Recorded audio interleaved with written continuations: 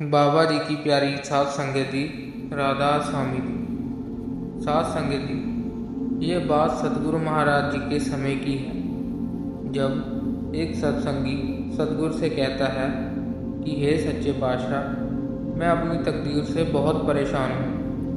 मैं जिस काम में भी हाथ डालता हूँ उसी में असफल हो जाता हूँ। मेरा वो काम बनता बनता ही बिगड़ जाता है। काम बन भी जाता है लेकिन बाद में फिर बिगड़ जाता है, और हर बार मेरे साथ ऐसा ही होता है।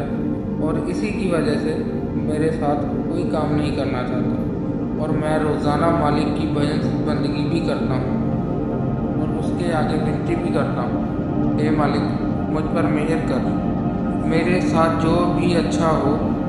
लेकिन मेरे साथ हर बार ऐसा ही होता है, मुझे हर काम में असफलता ही मिलती है। तो उसकी ये बात सुनकर सतगुरु बड़े ही प्यारे तरीके से समझाते हुए कहते हैं कि मालिक अपने भक्तों के साथ कभी भी बुरा नहीं होने देता। वो तो सबके साथ अच्छा ही करता है। उसके किए गए हर कार्य में कोई राज जरूर छिपा होता है जो हमें समझ नहीं आता। हमारी बुद्धि उसे समझ ही नहीं पाती, और उसे समझने के लिए मालिक की मेहर चाहिए होती है। जिस पर उसकी मेहर होती है केवल वही उसके भेद को समझ पाता है। और यहाँ पर सदगुरु उसे समझाने के लिए बहुत ही प्यारा सा किस्सा फरमाते हैं।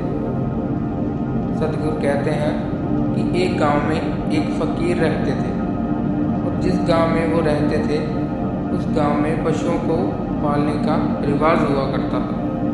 किसी ने अपने घर की रखवाली के लिए कुत्तों को पाल रखा था, और किसी ने अपने खेतों में काम करने के लिए बैलों को पाल रखा था। तो उस गांव में सभी लोगों ने किसी न किसी जानवर को अपने काम करवाने के लिए पाल रखा था। तो वो जो फ़कीर उस गांव में रहते थे वो सदा ही मालिक की रज़ा में राज़ी रहते थे। तो एक दिन उस गांव के सभी कुत्ते मर जाते हैं, और जब ये बात गांव वालों को पता चलती है तो वे भागे भागे उस फ़कीर के पास आते हैं और कहते हैं कि हे गुरुदेव, हमारे गांव के सभी कुत्ते मर गए हैं। हमें लग रहा है कि कोई महामारी फैल गई है जिसके कारण हमारे गांव के सभी कुत्ते मर गए हैं। तो ये बात सुनकर वो कहते हैं कि कोई बात नहीं, इसमें भी अल्लाह की कोई मर्जी ही होगी, तुम चिंता मत करो। और दूसरे ही दिन उस गांव के दूसरे जानवर भी मर जाते हैं।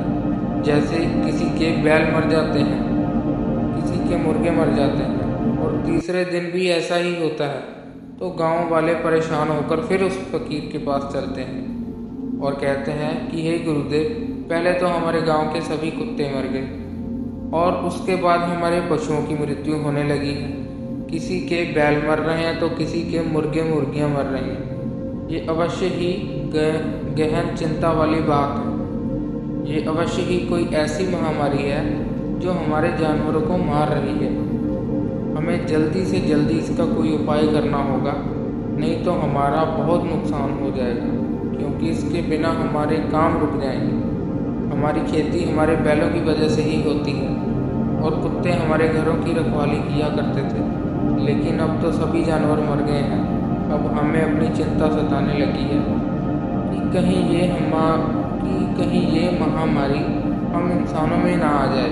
तो कृपया हमें इसका उपाय बताएं कि हमें अब क्या करना चाहिए। तो उनकी ये बात सुनकर वह फ़कीर कहता है, इसमें चिंता करने वाली कोई बात नहीं है। आप इतनी चिंता क्यों कर रहे हो? वो अल्लाह मालिक जो सृष्टि को चला रहा है, क्या उसको इसके बारे में नहीं पता? क्या उसे हमारी परवाह नहीं है? वो सब जानता है, और ये जो भी हो रहा है इसमें उसकी मर्जी होगी। इसलिए हमें चिंता नहीं करनी चाहिए। हमें सब कुछ उसके ऊपर छोड़ देना चाहिए, क्योंकि होता तो उसकी मर्जी से ही है। हम तो उसकी कठपुतलियाँ हैं, उसके इशारों पर नाचती हैं। तो उस फ़कीर की ये बातें सुनकर कुछ गांव वाले नाराज़ हो जाते हैं। कोई कहते हैं कि पिछली बार भी ऐसा ही हुआ था, तब भी इन्होंने ऐसा ही कहा था कि सब कुछ मालिक की मर्ज़ी से हो रहा है, जबकि ऐसा कैसे हो सकता है? सभी जानवर एक साथ इकट्ठे कैसे मर सकते हैं? और हमारा इतना नुकसान हो गया और ये ऐसी बातें कर रहे हैं। तो कुछ गांव वालों ने नाराज़ होकर वहाँ से चले जाते हैं। उसके कुछ दिनों बाद ही रात के समय उस गांव में डाका पड़ जाता है। डाकू लूट मार करते करते उस गांव में भी आ जाते हैं। रात का समय होता है, तो जब वो दूसरे गांव से लूट मार करके इस गांव में प्रवेश करते हैं और देखते हैं कि पूरा का पूरा गांव वीरान पड़ा है, यहाँ पर कोई हलचल नहीं हो रही। गांव में कोई कुत्ता दिखाई नहीं दे रहा, कोई बैल दिखाई नहीं दे रहा। ये सब देखकर जो डाकुओं को सरदार को होता है वो कहता है कि ये गांव वीरान पड़ा है, लगता है यहाँ कोई नहीं रहता, चलो आगे बढ़ते हैं, किसी दूसरे गांव में जाकर लूटमार करते हैं। तो वो इस गांव को छोड़कर चले जाते हैं और सुबह होती है तो गांव वालों को इस बात की खबर होती है कि डाकू दूसरे गांव में लूटमार करते हुए हमारे गांव में भी आए थे। लेकिन हमारा पूरा का पूरा गांव वीरान पड़ा हुआ था, क्योंकि किसी के घर में कोई भी पालतू जानवर नहीं बचा था, जिससे कि उनकी बात खबर होती है कि इस गांव में भी लोग रहते हैं। तो जब ये बात गांव वालों को पता चलती है तो वो भाग कर उस फकीर के पास जाते हैं और उसके पाँव पकड़ लेते हैं और सभी उनके पास इकट्ठे हो जाते हैं। तब वो फकीर गांव वालों को समझाता है कि हमें कभी भी मालिक से किसी भी बात की शिकायत नहीं करनी चाहिए कि वो ऐसा क्यों कर रहा है, क्योंकि वो जो भी करता है हमारे ही भले के लिए करता है। अगर वो हमें मार भी डालता है तो उसमें भी हमारी अच्छाई ही छिपी होगी। वह मालिक हमें इसलिए मृत्यु नहीं देता कि हमारा समय इस संसार में पूरा हुआ है, वह हमें इसलिए मृत्यु देता है कि उस समय हमारा मर जाना ही हमारे लिए अच्छा होता है, इसलिए वो हमें मृत्यु देता है। और इंसान कभी कभी उसकी वजह को नहीं समझ सकता, क्योंकि जो बच्चा पेट में होता है अभी 4 महीने होते हुए और वो मालिक के बच्चे में जान डाल देता है, और हम माँ के पेट में बिना श्वास के रहते हैं। जो हमें बिना श्वास के माँ के पेट में रख सकता है और हमें बिना मुंह के माँ के पेट में भोजन दे सकता है, क्या वो इस संसार में हमारी रखवाली नहीं कर सकता? क्या उसको नहीं पता है कि हमारे लिए क्या अच्छा है और क्या बुरा? हमारे लिए हम किसी बात की उसके आगे शिकायत करते हैं, वह जो भी करता है अच्छे के लिए ही करता है।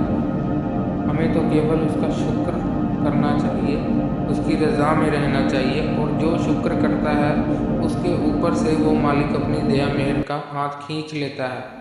तो हमें ज़िंदगी में कभी भी मायूस नहीं होना चाहिए, सदा ही उसका शुक्र करना चाहिए। जो भी उसने हमें दिया है हमें उसका शुक्र करना चाहिए, दुख में भी उसका शुक्र करना चाहिए और सुख में भी उसका शुक्र करना चाहिए। हमें कभी भी उसके आगे किसी भी बात की शिकायत नहीं करनी चाहिए कि हमारे साथ अच्छा नहीं हुआ, क्योंकि हमारी बुद्धि उसकी वजह को समझने के काबिल नहीं है। ये बात तो केवल वही समझ सकता है जिस पर उसकी दया मेहर हो। अंत में सतगुरु कहते हैं तो ज़िंदगी में कभी भी मायूस नहीं होना है, परेशान नहीं होना है, उसकी दी गई बातों का शुक्र करना है, उस मालिक के भजन बंदने के लिए वक्त निकालना है। लेकिन हम तो शिकायतों से भरे रहते हैं। अगर हमारे कुछ पैसे कहीं गिर जाते हैं तो हम शिकायत करने लग जाते हैं, अगर हमारा कोई नुकसान हो जाता है तो हम शिकायत करने लग जाते हैं, जबकि हमें तो उसका शुक्र करना चाहिए। क्योंकि जब हमारा कोई नुकसान होता है तो उससे भी उस मालिक की रज़ा होती है, उससे भी हमारे लिए अच्छा छिपा होता है जो हमें दिखाई नहीं पड़ता। और अगर मालिक हमारे लिए एक रास्ता बंद करता है तो 10 खोल भी देता है। प्यारी साध संगत जी, अगर आपको साखी पढ़ना और सुनना अच्छा लगता है तो कृपया हमारे गॉड इज़ वन को ज़रूर सब्सक्राइब करें, और ऐसी ही और वीडियो देखने के लिए हमारा God is one page follow ज़रूर करें। राधा स्वामी।